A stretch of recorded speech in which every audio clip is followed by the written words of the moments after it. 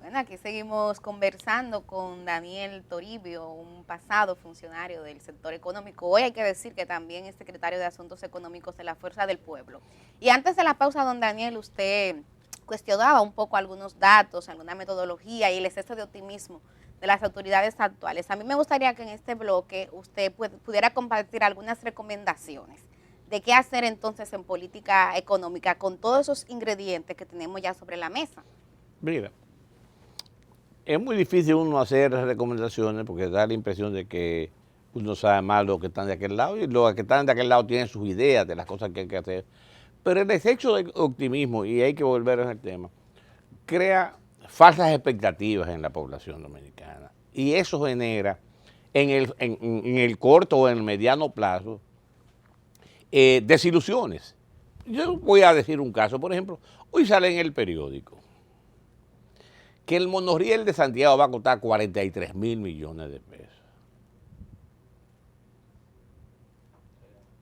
Dice, espérate. Tú tienes un presupuesto que nada más dedica el 8% al gasto de capital. El 8%. Porque no hay más. Porque no hay más. Porque tú tienes un presupuesto muy rígido. Tú tienes que dedicar recursos a sueldos y salarios, al gasto de bienes y servicios, a los pagos, los intereses, al pago de los intereses, a abonarle, a trasladarle subsidio a la CDE, ahora 20 mil millones que tú le has entregado al subsidio a los combustibles. O sea, tú tienes un presupuesto rígido. Entonces, si tú le dices a la gente de Santiago que tú vas a invertir 43 mil millones, a la gente le podría parecer un poco más exagerado, pero crea unas expectativas. Mira qué es lo que pasa. Por ejemplo, ya nadie menciona, yo creo que en algún momento lo hablamos con ustedes aquí, nadie menciona la autopista del Ámbar. Eso no se menciona. Pero eso es capital privado. ¿Capital privado cómo, Alberto? O sea, ¿qué capital privado va a invertir en una autopista para que crucen 20 vehículos? Serán 20. Pon tú que sean 40. Bueno, esa es una... O sea, pero yo, y vuelvo al tema. ¿Qué yo no hubiese hecho, perdón? ¿Qué yo no hubiese hecho? Por ejemplo, hay cosas que todavía a mí me suenan. No quiere decir que está mal, quiere decir que yo no lo haría. El gobierno cogió 20 mil millones de pesos para recomprar la autopista del Nordeste. El peaje sombra. O sea, ¿qué le añadió la autopista del Nordeste a la economía dominicana cuando tú la recompraste? O sea, ¿qué pasó? O sea, hay algo nuevo. ¿Cuántas cosas pudiste tú haber hecho con 20 mil millones en Samaná para que la gente vaya a Samaná? Y a Nagua, con 20 mil millones. Entonces yo lo que le estoy diciendo es, no estamos entendiendo las prioridades. Y además estamos magnificando. O sea, ya hay números que tú dices. Otra cosa, por ejemplo, yo recuerdo oír que al presidente Luis Abinader, creo que fue en Madrid, en una reunión de esta del sector turístico, que él consiguió, o que el turismo consiguió, 8 o 10 gente que le firmaran para hacer hoteles en Pedernales. Yo digo, bueno, me parece interesante, ya hay gente que van a construir en Pedernales, y Pedernales, al fin y al cabo, cualquier desarrollo de Pedernales va a beneficiar al sur profundo y a la pobreza, y va a disminuir... Fecundo, no diga profundo. Fecundo. Fecundo. Sí, al sur, fecundo, sí. Bueno, al sur... No quieren los sureños que le digan. No. Entonces, cuando yo le pregunto a algunos de los hoteleros que estaban ahí firmando, nosotros no firmamos para construir hoteles. Nosotros firmamos para operar hoteles. Quiere decir, alguien lo construye y nosotros lo operamos. Pero no es el Estado que lo va a construir. Pero alguien lo construye. Cuando digo alguien, quiere decir el Estado, el sector privado. Lo que se pero el papel privado, de ellos no es la construcción. No es la construcción. O sea, cuando tú ves las grandes cadenas internacionales, regularmente los hoteles no son de ellos. No, pero hay Son capital franquicias. local, franquicia, y aquí pasa con Ahora, yo te digo, y te pongo el caso de Pedernales. Pedernales pasa por 1 o 2 años para buscar agua. Porque Pedernales, como ustedes saben, no hay agua. O sea, pero está en proceso de solución de ese problema. o sea, tú lo has oído, o sea, o son especulaciones, porque yo oigo la gente sobre eso y yo no sé de dónde la van a sacar. No, ¿Alguien pero me lo- la están construyendo, bueno, ellos tienen el No, y mulito. están haciendo ¿Es un qué? acueducto. No, pero como tú sabes, espérate. En el caso del mulito, el mulito va y viene. Sí, pero tiene agua O sea, profunda. no, o sea, pero eso es un proceso. Sí. O sea, si tú duras 2 años en ese proceso, ¿cuándo comienza sin agua a construirse? Lo único que en Pedernales yo visualizo que puede ser un futuro en el corto plazo es el puerto para que puedan ir, venir. Pero se inició cruceros. el puerto conjuntamente con el acueducto.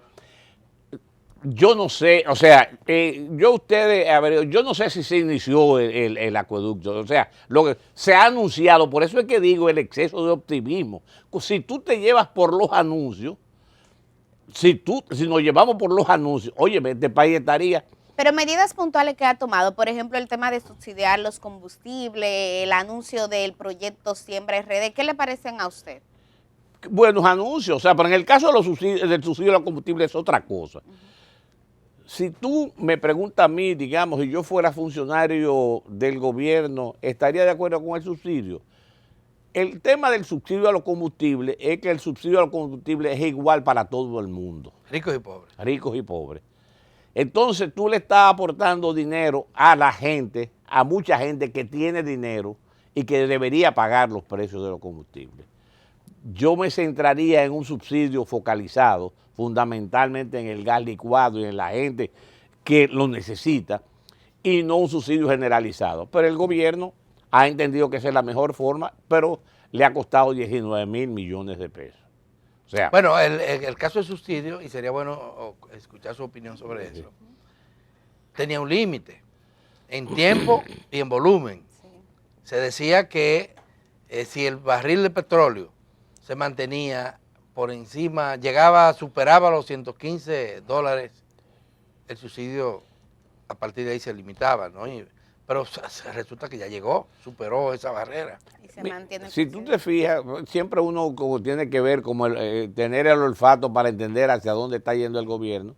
Desde el Ministerio de Hacienda parecería ser ya hay una campaña para llamar la atención sobre el tema. Me imagino que lo que se procura es lograr que las altas instancias, es decir, el presidente de la República, determine qué es lo que se va a hacer, porque ellos ya comienzan a llamar la atención sobre el tema. Ahora, yo insisto. Pero no pensaba que ya este fin de semana pasado Iban a subir. se iba a subir por esa misma campaña Pero y además porque pasó la barrera. Tal vez deberíamos justificarlo con que el presidente no estaba aquí y entonces una decisión de esa naturaleza requeriría. Vamos a ver lo que va a pasar. el visto bueno. Hay un tema sobre los sectores productivos que ciertamente usted resalta que no han estado creciendo al ritmo de la economía. El caso de la agropecuaria, el caso de la industria. ¿Qué se puede hacer? Porque el gobierno ha estado subsidiando también a la agricultura. Con los fertilizantes, con los créditos a Sí. tasa cero del Banco Agrícola, con subsidiando sectores específicos, los productores de huevos, de pollo, etcétera. Y sin embargo, la economía agropecuaria no ha respondido en la misma medida que uno esperara que lo hiciera. Es que uno tiene que darse cuenta que el gobierno manda señales distintas, diferentes. Al mismo tiempo que puede hacer alguna de esas cosas, por el otro lado, te manda un proyecto de ley, te aprueba una ley para traer exonerados 64 productos agropecuarios. Para tener luz verde para importar, mejor dicho, porque no era para traerlos, no se han traído. No se han traído. No, Pero los aquí, 64 escúchame, no. aquí ya en diciembre había apoyo de Brasil. Sí. En diciembre aquí había, o sea, tú lo veías en el supermercado apoyo de Brasil. En diciembre de este año. Entonces, pero además, con la desgracia. Pero ¿y qué pasaría si no se hubiese importado? Bueno, ¿qué pasa si se importa pollo? que quiebre el sector productor local y entonces tú dejas a mucha gente desempleada. Porque lo que estamos hablando es qué hacer para la producción. Entonces, por un lado, trajimos pollo de Brasil, pollos de Brasil que vienen congelados, que aquí inclusive hay sitios donde lo descongelan, porque tú sabes que al dominicano le gusta el pollo fresco. Y la única forma de convertir un pollo congelado en pollo fresco es descongelándolo y vendiéndolo como fresco. Entonces, el tema es el siguiente. Tú me estás diciendo, ¿qué vamos a hacer ¿qué vamos a hacer con el sector productivo? Obviamente, tenemos que promover el sector productivo, pero no afectándolo. Pues yo te voy a decir lo siguiente. Por ejemplo, tú me dices, perdón, vamos a producir guandules. Un ejemplo es el guandule. Tú dices, pero tú puedes importar guandules en lata. Pero para tú producir guandules en lata en República Dominicana, tú tienes que producir el guandul y comprar la lata. Y la lata ya tiene impuestos. Pero la lata que te viene, el guandule con lata, no tiene impuestos. En ese escenario tú estás perjudicando al sector productivo local. Entonces, el tema son señales. Si tú me dices a mí, yo soy un productor de pollo, ¿puedo seguir invirtiendo en la producción de pollo si yo tengo como una espada de Damocles la posibilidad de que me importen pollo del extranjero? No invertiría un centavo más. Pero ¿a qué se debe entonces que los productores que tienen organizaciones diversas, que no hay un sector productivo que no tenga una asociación, claro, no han protestado? No, lo hicieron los partidos, pero no los productores. No, óyeme, la queja, muchas veces la gente tiene el temor, muchos temores contra el gobierno, pero las quejas de los productores de Constanza, de Ajo, los productores de pollo de Moca, de San Francisco de Macorís, o sea, pero todos esos productores están dentro de los acuerdos con el gobierno, para los subsidios y para y para el acceso a crédito también. Todo el mundo quiere. Y la Junta Agroempresarial Dominicana, igual que Confenagro, fueron al Congreso. No, y dijeron que no. No, se retrataron el día que lo aprobaron, aprobando. Óyeme, hubo una declaración de cualquier cantidad de asociaciones oponiéndose. Y además, muchas veces la gente tiene el temor de que el poco subsidio que le puedan dar se lo quiten. Entonces, ahora, en general, habla con los productores. O sea, date cuenta de que hay una queja generalizada del sector productivo. El sector productivo está en una situación de queja tan grande que inclusive el gobierno lo sabe, ha roto con el gobierno. ¿Ah, sí? Sí, roto. O sea, un gobierno que llegó con el apoyo de muchos de los sectores productivos. Pero se nota, tú lo notas cuando tú hablas con los productores de pollo, de huevos, los productores de cebolla. Ha roto con el gobierno de manera clara, inclusive eso es lo que se está verificando en las encuestas. Pero lo han hecho muy a la secreta. Bueno, pero cuando tú ves las encuestas... Porque la capacidad de movilización sí tienen los productores. O sea, cuando tú ves las encuestas, tú te das cuenta de cuáles sectores comienzan a moverse en contra del gobierno. O sea, ¿cuál es la perspectiva que usted le ve a la economía dominicana a corto plazo? Mira, yo pienso que sí va a continuar habiendo una ralentización de la economía, del crecimiento, por lo menos durante este año. La inflación se va a mantener alta. Cuando digo alta, va a estar por encima del ancla, que es el 4%. Esto, la inflación. Pero por supuesto. Ya está. El gobierno mismo dice que va a terminar en 9 el gobierno. Sí. El gobierno ha dicho que ya terminará en 9. Ojalá nada más llegue hasta ahí. Sí, ojalá y nada más llegue hasta ahí. ¿Usted entiende que pudiera superar esa cifra? Bueno, obviamente, dependiendo de lo que esté pasando en los países que nosotros traemos muchos de los artículos que importamos. O sea, hay una parte de la inflación que está contenida por el tema de los subsidios a los hidrocarburos. Bueno, si le quitamos el subsidio, la inflación sería mucho más alta. Un buen punto, o sea, un buen punto a tomar en cuenta.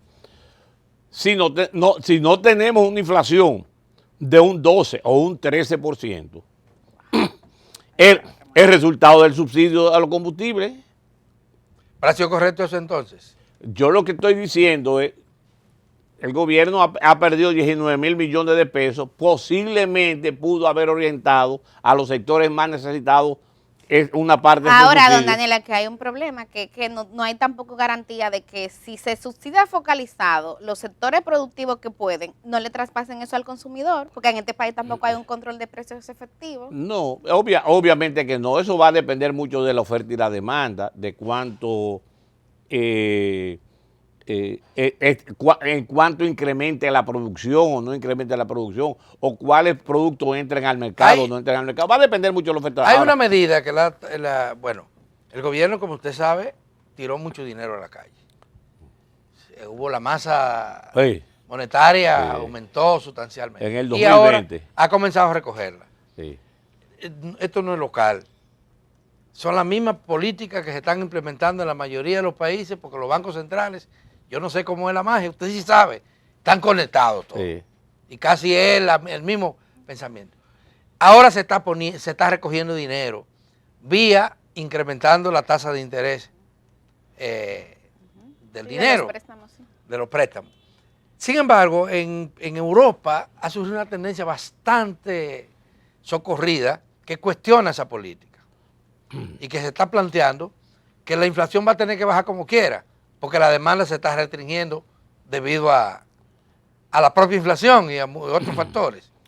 Mira, Y que no es necesario entonces que el gobierno le agregue, los gobiernos le agreguen en el caso de Europa hay un Banco Central Europeo. pero ya el Banco Central Europeo comienza a ceder en esa posición. Y tengo entendido que va a subir la tasa de interés común. Sí, pero contrario a eso es que están muchos O sea, economistas. claro.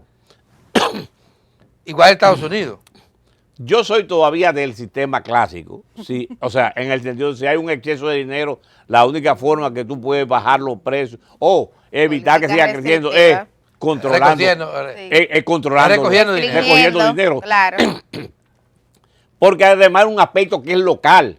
Hay un aspecto que es importado que tú no lo puedes controlar, pero hay un aspecto que es local. Ahora, obviamente eso tiene una implicación. Entonces ya en el mundo comienza a ser cada vez más común la opinión de que puede haber una estanflación. Y eso sí es grave.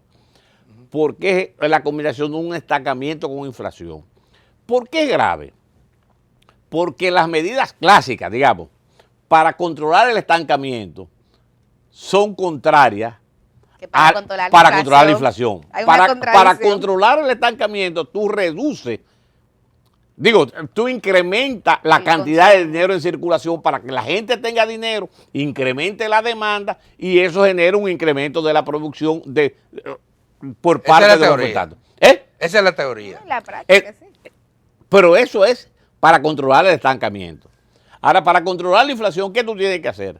Recoger Política la cantidad de restrictiva. dinero en exceso, que es contrario a eso. Por eso es que las políticas monetarias que se están aplicando ahora tienden a disminuir la producción local, la producción, porque mucha gente que antes tenía dinero más barato no va a ir al mercado, tú ibas a comprar una casa y te daban una tasa de interés determinada. Si la tasa de interés sube, ya tú no puedes coger el dinero prestado. Igual para invertir en capital, en bienes de capitales, o en maquinaria, o en equipo. Ya. Sí. Bueno, Se acabó el tiempo, ahí pero han qué tenido mal. ustedes una opinión autorizada sobre esto de la economía.